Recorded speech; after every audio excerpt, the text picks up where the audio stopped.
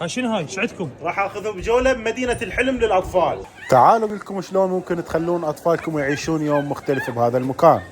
ونبدي جولتنا من محطة الإطفاء. أول شي تشرح لهم المس معلومات أولية عن إطفاء الحرائق، وبعدها تلبسهم التجهيزات الخاصة برجال الإطفاء، وبعد ما يصيرون جاهزين يتوجهون لإطفاء الحريق. تطفون حريق؟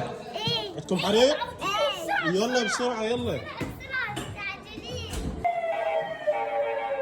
وبعدها يتوجهون للفندق اللي موجود به الحريق، وبعد 5 دقائق من العمل قدروا الأطفال يطفون الحريق. لا راح يعطوهم العمله الرمزيه اللي هي الميزو جزاء لتعبهم. وبعد ما حصل كل طفل على 10 ميزو جزاء لتعبه، راح يروح يتوجه يلعب بصالة الألعاب. او يجي للريديم شوب اللي هو محل الالعاب. شلونك صديقي؟ عندي 5 ميزو، شو اقدر اخذ بيها؟ ها؟ دب صغير؟ يعني لازم اروح اشتغل بعد. يلا اجي. يلا مشكور حبيبي. والشيء الثالث اللي هو الواقع الافتراضي. عندي هاي ال5 ميزو، شو اقدر اشوف بيها اتفرج بيها؟ ما تقدر، لازم تجمع اكثر 20 ميزو يلا تقدر تلعب. يعني لازم ارجع اشتغل بعد.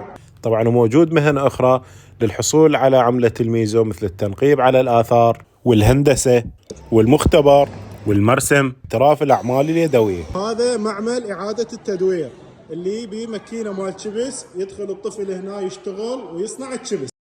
وهسه نجي لمركز الشرطه. استاذ هنا مركز الشرطه. نعلم الاطفال شلون من يكبر شلون يصير شرطي، نعلم اساسيات الشرطه.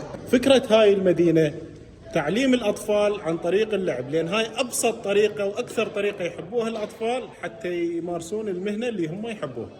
عنوان مدينه الحلم للاطفال، بارك مول النخيل، الطابق الخامس.